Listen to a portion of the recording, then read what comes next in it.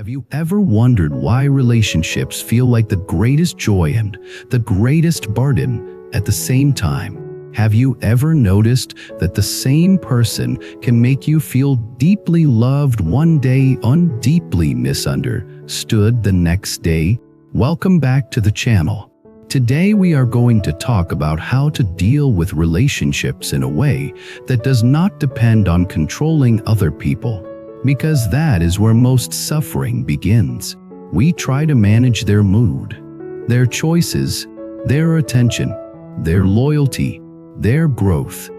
And the more we try to control, the more we feel powerless. Two ideas will guide everything we do today. First, a relationship is not something you fix like a broken machine. A relationship is a living field of cause and effect. What you bring into it becomes part of what it becomes.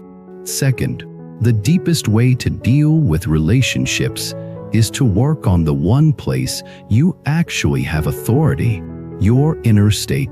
When your inner state is steady, love becomes clearer, conflict becomes smaller, and even endings become less destructive. Let me tell you a story, because most people do not learn relationships through theories. They learn through the slow pressure of real life. Her name was Priya. She was the kind of person who cared deeply but rarely asked for much. She showed love through effort. She remembered details. She planned surprises. She listened. She tried to make other people comfortable.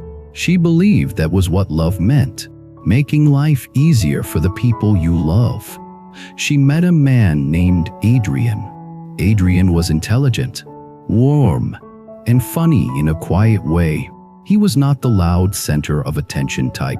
He was the person you could talk to for hours and feel like time disappeared.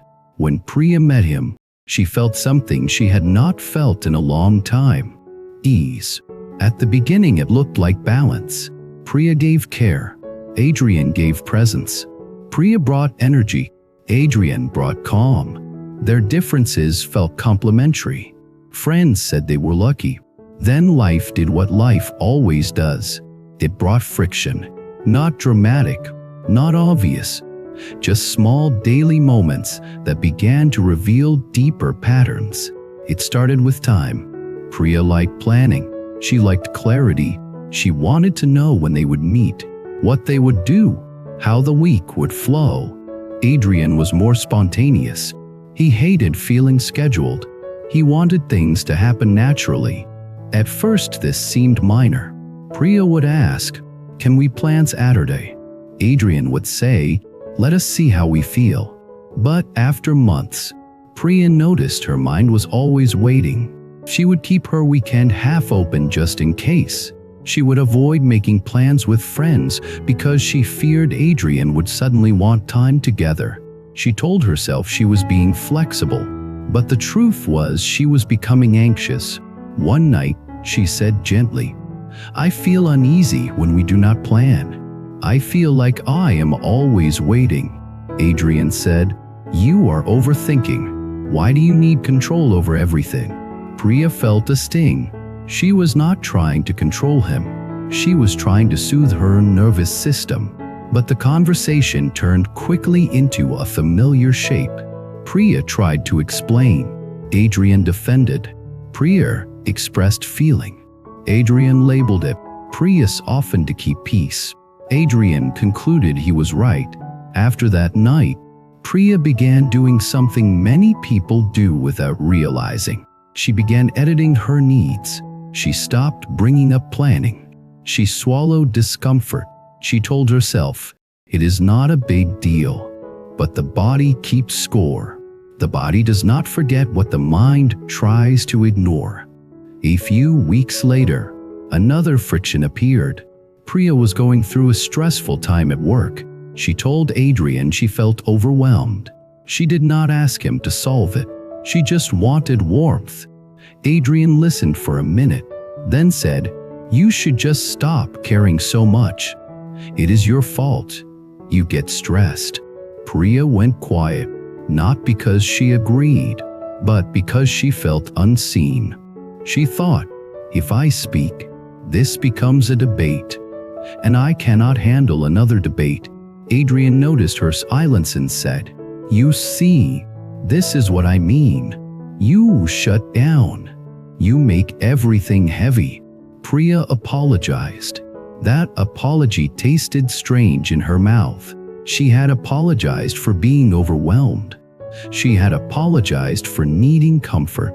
She had apologized for being human. She went home that night and sat on her bed thinking, "What is happening? He is not cruel. He is not abusive. He is not screaming. And yet I feel smaller lately." This is where many people get confused. They think relationship problems must look dramatic to be real. But some of the deepest damage comes from subtle patterns that slowly reshape your self-respect. Priya started searching for answers. Not online tactics, but clarity.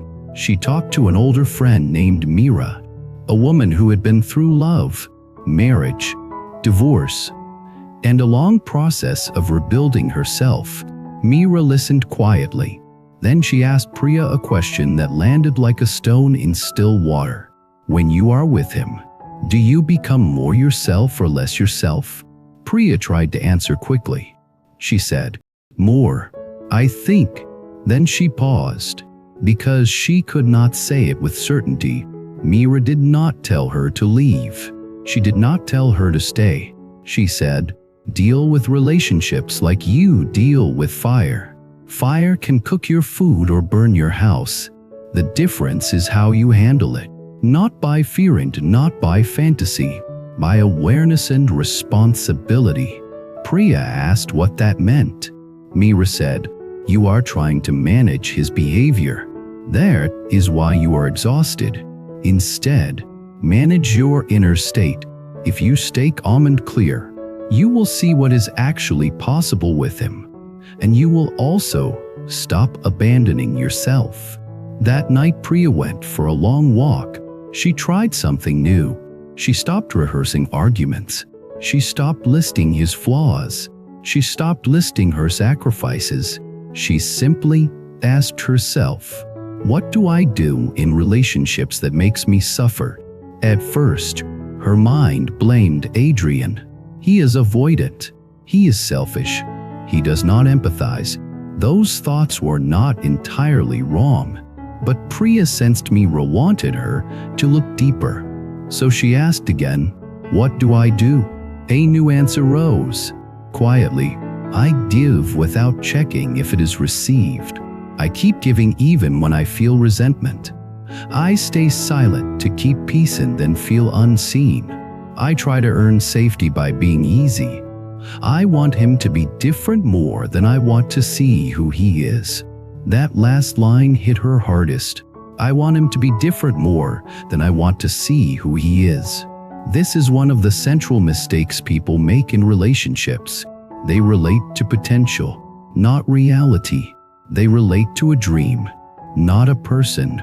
They stay loyal to the beginning, not to what is happening now. Priya realized something else. She had been treating love like a transaction, not intentionally, not selfishly, but unconsciously. She gave care expecting emotional safety in return. When she did not receive it, she felt betrayed. But love as transaction always leads to suffering, because people do not pay back exactly how you hope. So Priya decided to shift her approach. She would still be kind, but she would stop using kindness as a currency to purchase security. This is where the deeper practice begins. The next day, Priya did a small ritual. No drama, no special words.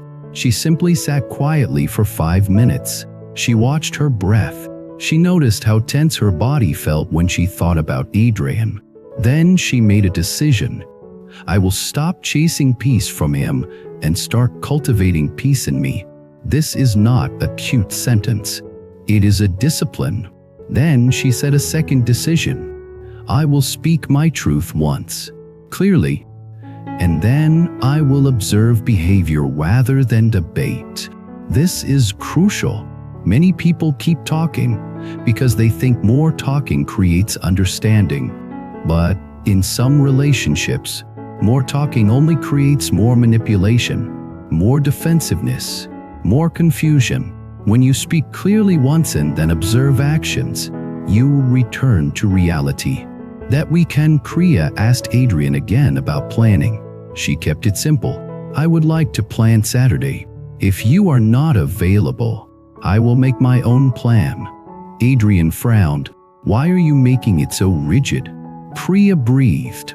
She felt the old urge to apologize. She did not, she said calmly. I am not making it rigid.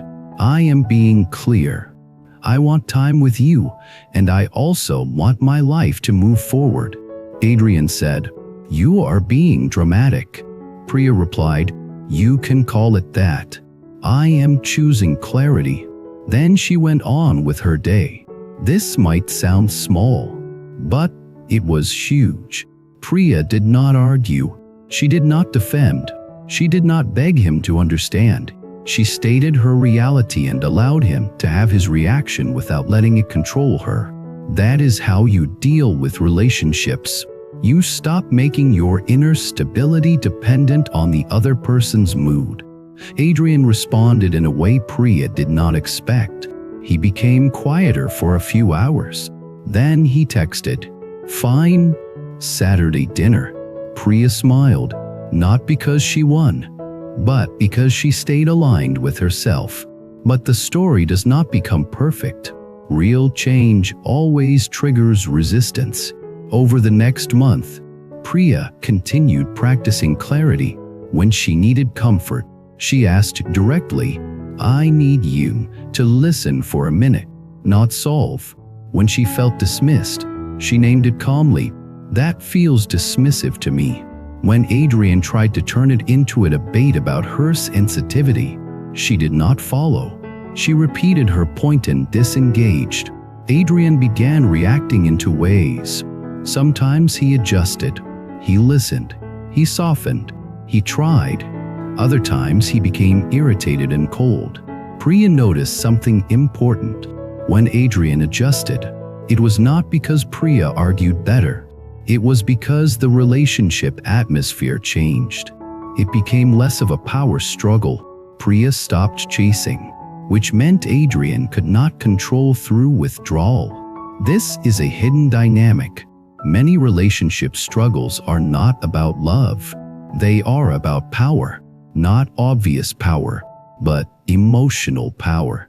Who sets the tone? Who decides what is discussed? Who gets comfort? Who gets to be human? When you stop playing the old roles, the power balance shifts. Priya also noticed her own anxiety decreasing because she was no longer waiting. She was choosing. She had reconnected with her agency, but she still had pain. Some nights, she felt lonely even while being in a relationship. That loneliness is a signal, not always a signal to leave, but a signal to look honestly. So Priya did something brave. She asked Adrian for a deeper conversation, not about one incident, but about their relationship pattern.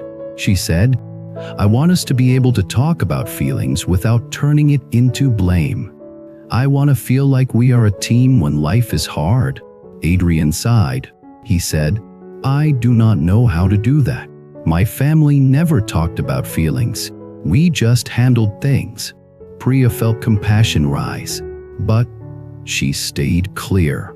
She said, I understand, but we are building our own way.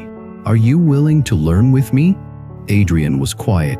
Then he said, I will try, but I hate being judged. Priya replied, I am not judging you. I am asking for a different kind of connection. This was the first time Adrian acknowledged fear instead of hiding behind dismissive mess. Now, let us pause here, because this is one of the key teachings in dealing with relationships. Most people fight about the surface: plans, money, chores, time, phone habits, family visits. But beneath the surface, the real issues are usually fear and attachment. Fear of losing freedom, fear of being controlled, fear of being inadequate, fear of being abandoned, fear of being seen, attachment to being right, attachment to comfort, attachment to a fantasy of love, attachment to how things should be. When you can see fear and attachment, you stop taking everything personally. You also stop excusing everything. You simply see. And seeing clearly is the beginning of wisdom. Priya began to notice that Adrian dismissed feelings because feelings made him feel incompetent.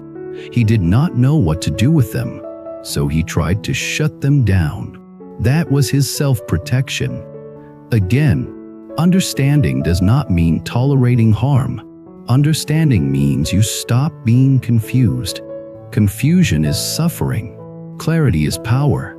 Priya also began to work on another layer, her own attachment. She was attached to being the good partner, the easy partner, the patient partner. She feared that if she asked too much, she would be abandoned. She feared that if she held boundaries, she would be rejected. So every time she set a boundary, guilt would rise. This is normal. Guilt often appears when you change an old pattern. It does not always mean you are doing something wrong. Sometimes guilt is just the old conditioning asking you to return to the role that kept things stable. Priya practiced tolerating guilt without obeying it. That is emotional maturity. Months passed. Their relationship improved in some ways and stayed challenging in others. Adrian became more reliable with plans, but he still struggled to offer comfort. Priya became clearer with boundaries, but she still sometimes felt hurt when Adrian could not meet her emotionally. So Priya asked herself a hard question. Am I trying to turn him into a person he is not? Or am I asking for what any relationship needs? This question matters because it separates fantasy from necessity. Every relationship needs respect. Every relationship needs basic care. Every relationship needs accountability. Every relationship needs some willingness to repair after conflict. But not every relationship will offer deep emotional intimacy in the way you imagine. Some people are limited. Some people are unwilling. Some people are capable but untrained. The wise move is to observe willingness. If a person is willing, they can grow. If a person is unwilling, you will exhaust yourself trying. Priya watched Adrian.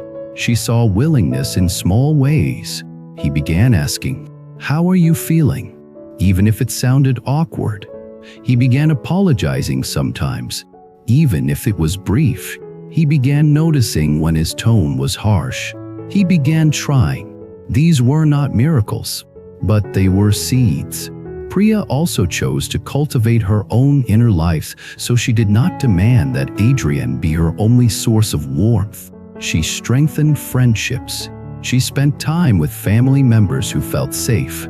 She developed hobbies that gave her joy.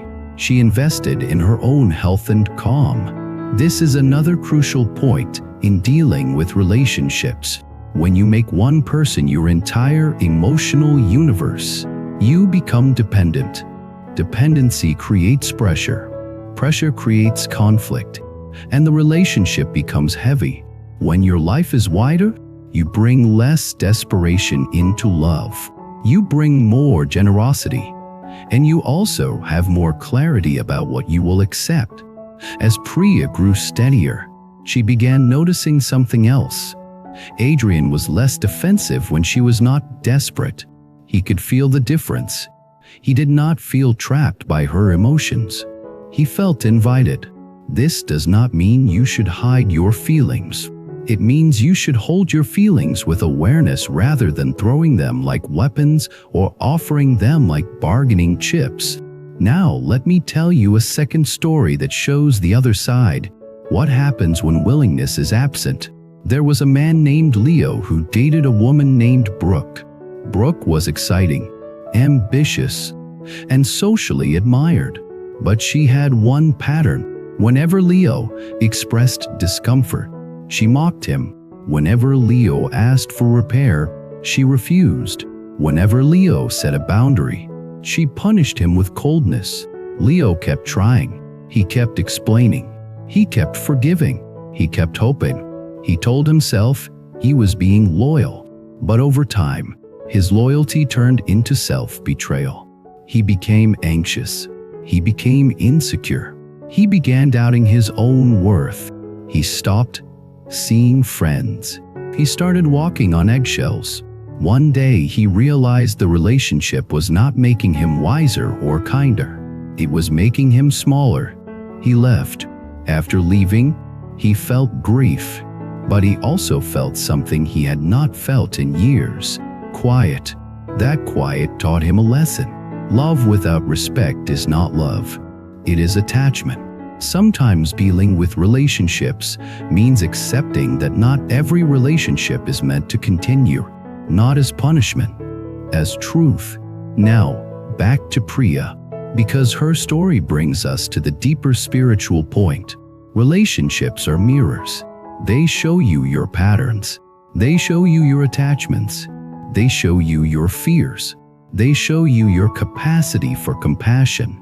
They show you where you still seek control.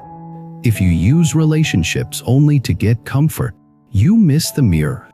If you use relationships as a practice of awareness, you grow. Priya began using conflict as a bell that reminds her to return to breath, return to presence, return to values.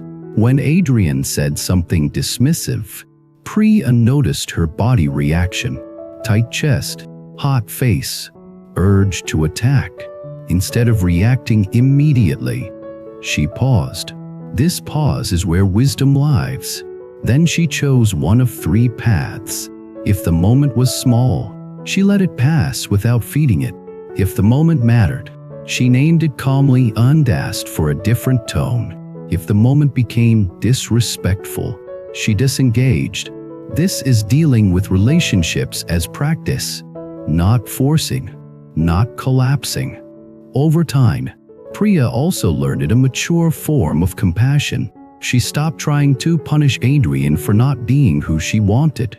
She saw his limitations as limitations, not as personal attacks. She still held boundaries, but she stopped making his limitations proof that she was unlovable. That is important.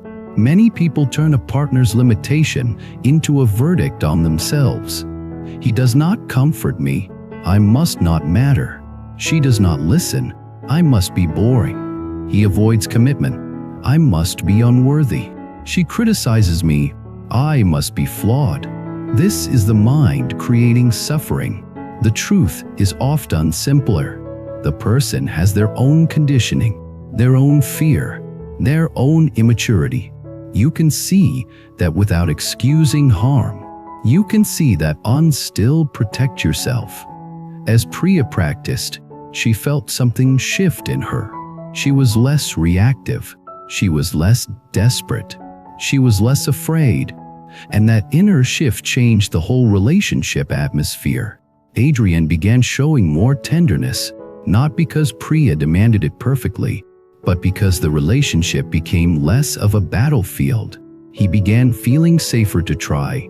Now, I want to speak directly to you, because you might be dealing with relationships that are harder than Priya and Adrian.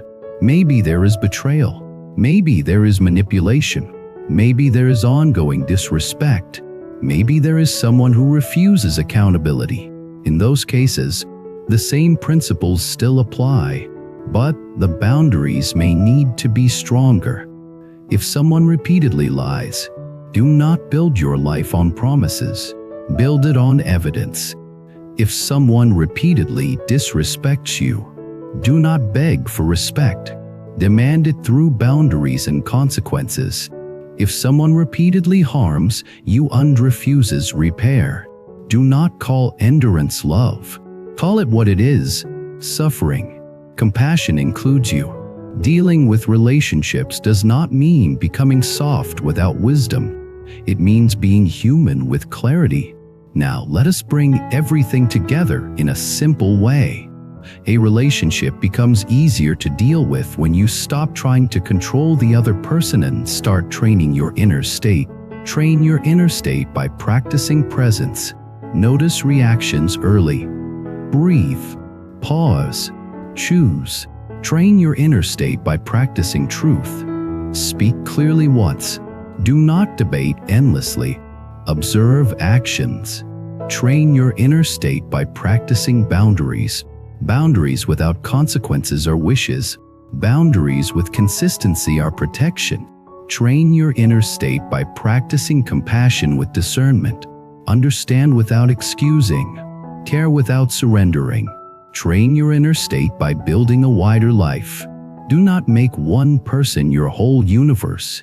And most importantly, train your inner state by remembering that love is not possession. When love becomes possession, it becomes fear. When love becomes a practice of care and freedom, it becomes wisdom. Now I want to close with a reflection that often lands deeply. Many people think the purpose of a relationship is to make you happy. Happiness matters, but the deeper purpose of a relationship is to reveal you to you. It reveals where you cling. It reveals where you avoid. It reveals where you fear. It reveals where you can grow into patience, courage, and compassion. If you treat the relationship as your teacher, you become wiser. If you treat the relationship as your judge, you become anxious. So the question is not only, how do I deal with them? The question is, who do I want to become while dealing with them? Do you want to become more reactive or more aware? Do you want to become more bitter or more discerning? Do you want to become smaller or more grounded? Do you want to keep repeating the same cycle or create a new cause and effect through new choices? That is destiny in everyday life. Now I want to invite you into the conversation. What is the hardest part for you in relationships right now? Communication, trust, boundaries, feeling unseen, or fear of being alone? And what is one pattern you notice in yourself that you want to change? Even a little? Share your thoughts in the comments. Your story might help someone else feel less alone, and it might also help you see your own pattern more clearly. If this video helped you, subscribe to the channel, like the video, and leave a comment so more people can find this conversation. And if you want to support the channel in a deeper way, consider joining the membership so we can keep building long-form content that is practical, grounded, and focused on real inner growth. Thank you for spending this time with me today. Protect your peace, practice your boundaries with calm, keep your heart wise, and I will see you in the next video.